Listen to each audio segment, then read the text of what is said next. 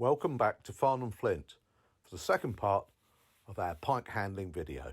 Right, we've moved around the lake to the entrance to what's known as Pads Bay, and I'm joined by match organiser Steve Parker. Good morning, Steve. No luck? No luck for me yet, no. All right, mate. Well, look, let's take some time talking through some of these rigs that enable you to safely hook pike without a danger of deep hooking. So what have you got to show us first? Okay, the first rig I've got is a standard float rig. So all you need on here is a couple of float stops. So the float stops are up there, yeah? Yeah, and you can just slide them up and down to set the date, the depth of what you want. I always have a couple of little fluorescent balls because that helps me see whether I'm over depth. Because if you got your float like that in the water and those balls aren't like that, they could be, separate. Gotcha. You know you're too deep. You've set your float too deep. And just a standard pike float, come in various sizes, various weights. Again, just a standard. So that's like an Olivet. Yeah. Sort I would use for trotting, and then down to your trace, and then connected with a swivel. Yeah. I put a swivel on. I don't always tie it directly to the main line, because if you do have a problem, you can always unclip that, put the fish in a sack if you need any assistance.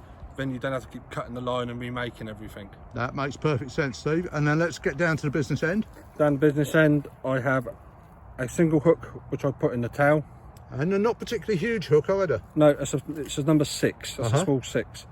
And the treble is a semi-barbless 6 as well. I have the red flashing on these, not really for indication for the pike to see them.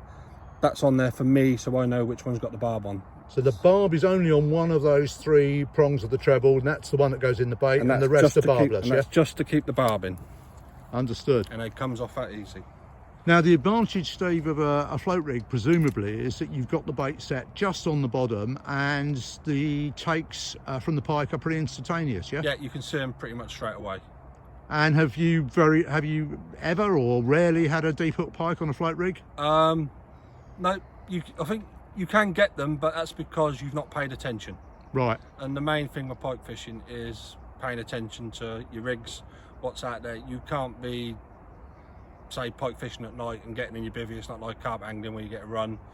If you're asleep, you're going to have a deep hook pike. Right. So your advice to novice pike anglers would be concentrate on a float rig so that you can have instant bite recognition. Yeah. Start on a float rig, and as you get more experienced, you can then move on to different types of rigs. Okay, Steve, that's useful. Well, show us your second rig, which I understand is a float paternoster. So let's get that rod out of the way.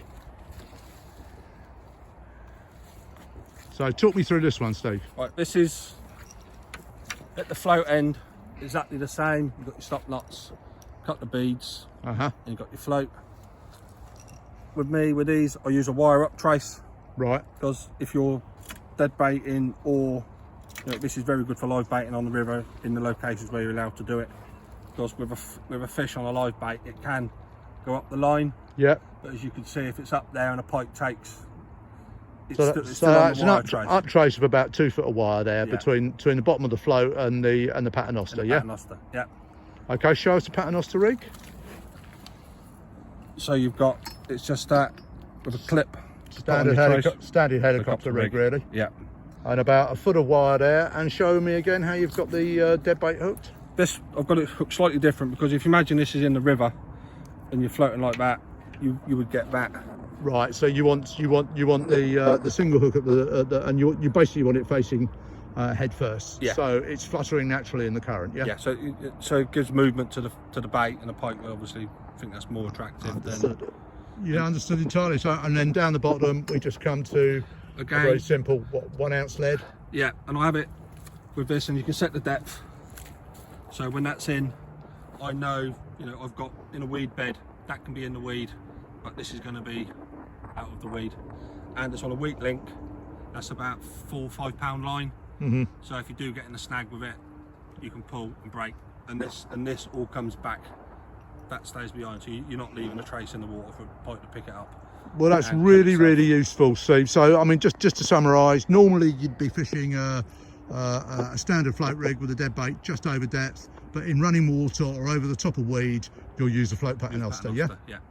Really good tips from the man who knows what he's talking about, Steve Parker, the Angling Trust Pike organiser for the Reading District. And I have one more tip if you do get a deep hook pike. Far away. Don't cut the trace off, because you might not be able to hook it, but someone might catch that pike a couple of days later or whenever, and they'll be able to see that trace, and they might have the experience and the equipment to unhook it. If you cut the trace off, those hooks go down, and that's a dead fish. Really good advice, Steve. Thanks for your help, mate, and I hope Reading District members find this little pike handling video useful. Thank you, Martin.